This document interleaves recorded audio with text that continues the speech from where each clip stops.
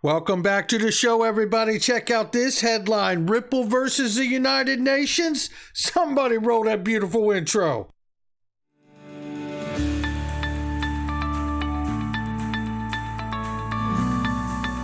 Digital Perspectives with Brad Kimes. Come on in.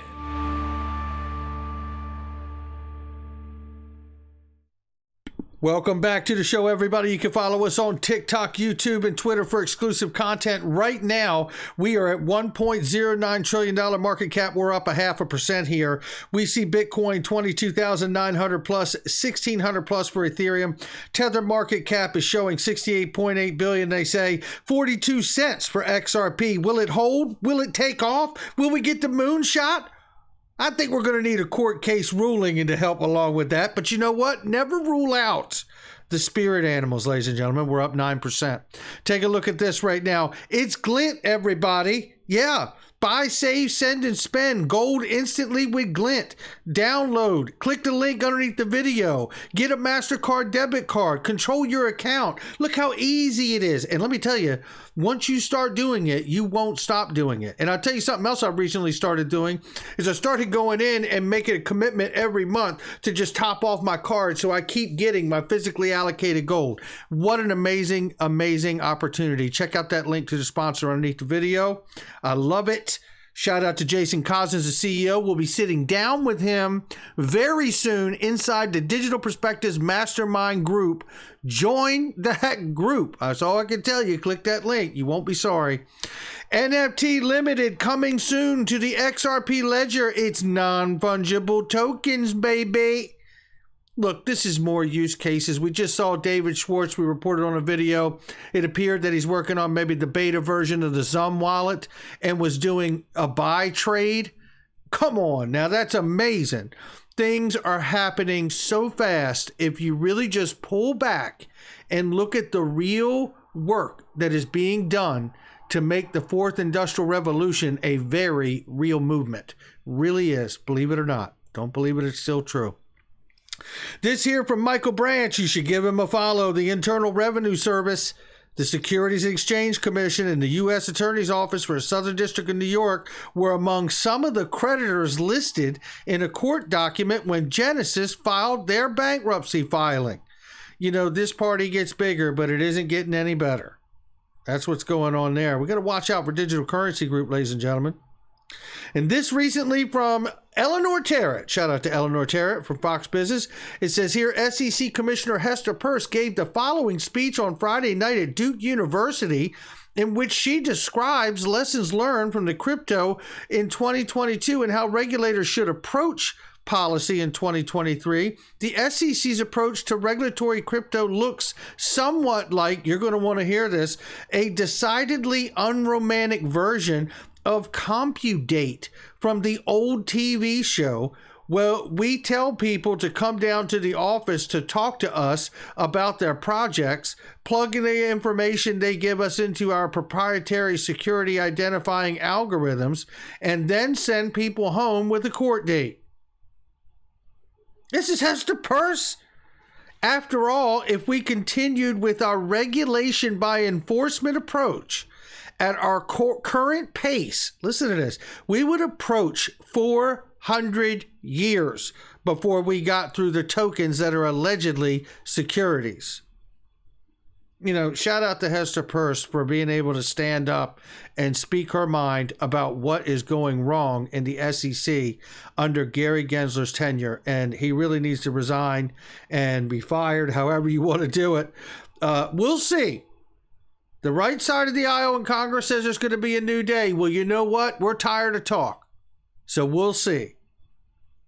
Independent Swiss private bank founded in 2009 is using Taurus technology to tokenize its own shares as the bank delves deeper into blockchain technology. You know, they're not the only ones. We've reported on others that are doing this too.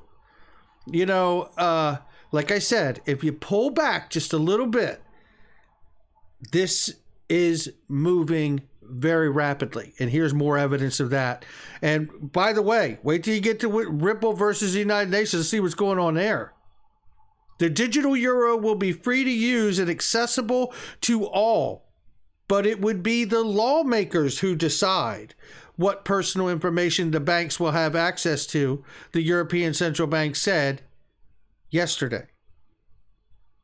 It's coming from Fabio Panetta, by the way. Here's what I say. I say they're dumping it onto the lawmakers, but they probably have already figured out how they're going to do what they're going to do. It's troublesome. CBDCs, there's a dark side. Am I kidding? I know I'm not kidding. I cannot be the only one excited about the digital revolution, but at the same time, understand there's a very real dark side to all of this if we're not careful. The criticism came from Chinese embassy in Lusaka, Zambia on Monday, which blasted the United States over its catastrophic debt problem and accused it of sabotaging other nations. You can find a lot of people want to talk about this for a very long time. I'm not going to drill down on it, but I did just report in this morning's video that Janet Yellen, and we heard from Jerome Powell last summer, I believe it was spring or summer, that there could be situations that take place that cause a crisis and undermine the U.S. dollar as its role as a global reserve currency. China is taking this opportunity to stand up to try to shift that momentum, posturing. But they're not just politically posturing. They are taking moves to implement new payment systems to give them more control and to elevate their status of their Chinese yuan, just as was done with the petrodollar agreement with the U.S. dollar to elevate its status and bring more confidence to it being the global reserve currency. The race is on to replace the U.S. dollar. Don't believe that. It's still true. Meanwhile, U.S. banks, several in fact, including Wall Street heavy hitters JP Morgan Chase, Wells Fargo, Bank of America, are looking to reclaim market share from Apple, whose Apple Pay service has proven extremely popular. And they're not the only one. You know there's Google Pay too, right? This is all coming from Early Warning Signs, or Early Warnings LLC. It's a conglomerate of 7 or 8, the largest North American banks that have really come together. Early Warning Services, that's what it's called. We reported on this a few years ago. Look, I have said it before. Relevance, power, control. That's what they're after. They're not going to stop until they get it. Regulators like Gary Gensler are doing exactly what they have been summoned to do. Don't believe that it's still true. Have you seen anybody stop them yet? Maybe the Republicans do, but I haven't seen it. And I have said it 100 times. I'll say it 101.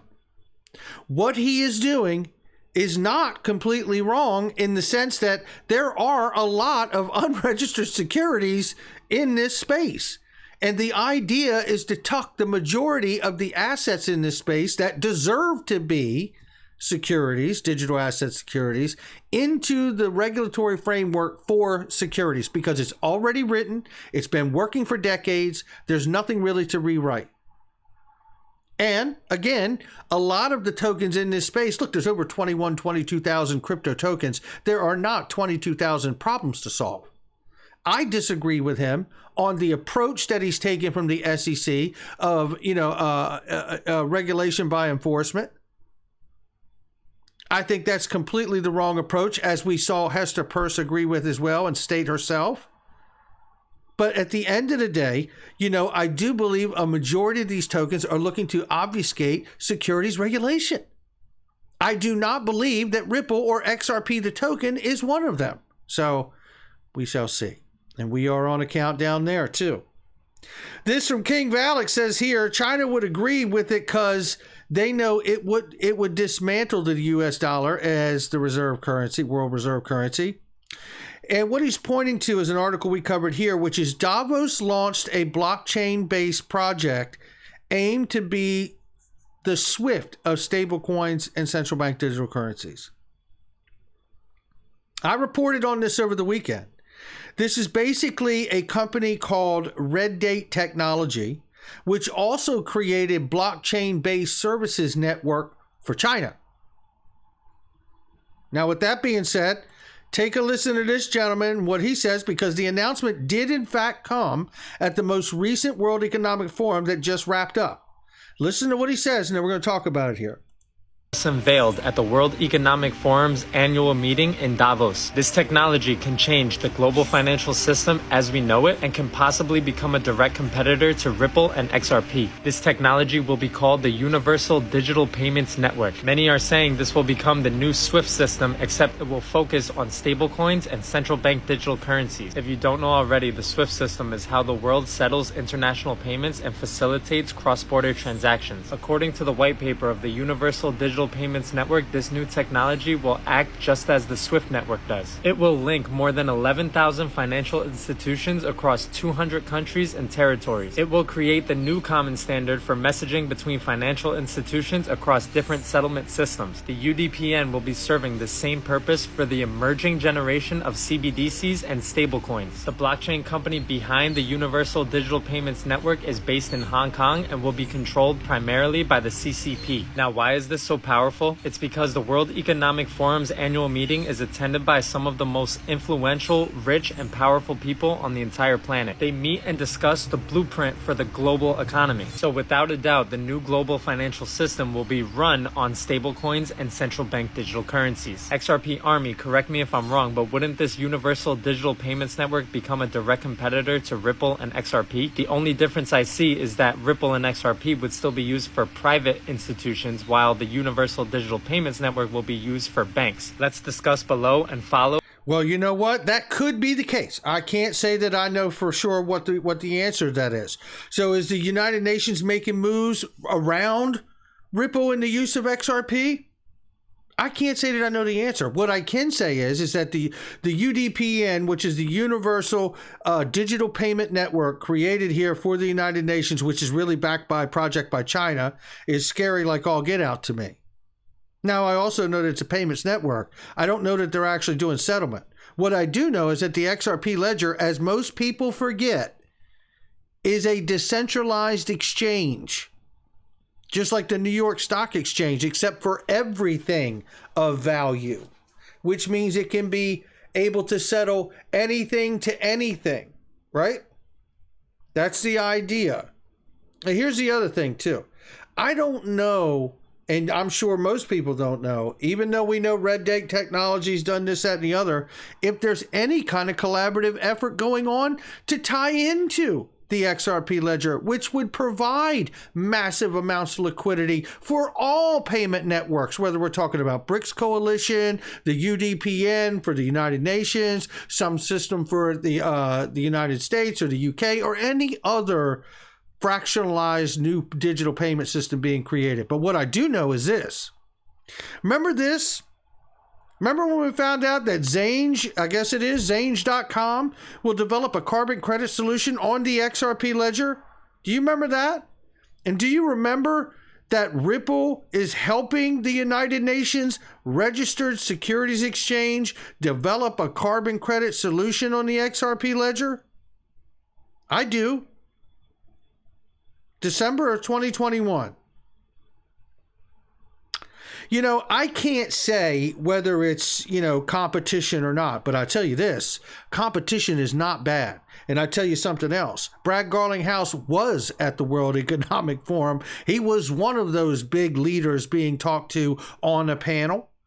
He is also reminding all of us that half the volume movement through XRP is coming from ODL. Who else is getting that done? That's going to do it for me. Not financial advice from me or anyone else. The plot thickens, ladies and gentlemen. I say bring it on. I know what this technology can do. We just need the SEC and the court system and the government to take the boot off the back of their neck and let us go in a free, unhinged market. As far as competition goes, who cares? Bring it on. But don't hold us back so we can't run as fast as Ethereum or the UDPN or some other network out here. Let the free market decide, and I'll be fine with that. Again, not financial advice from me or anyone else. I'll catch all of you on the next one.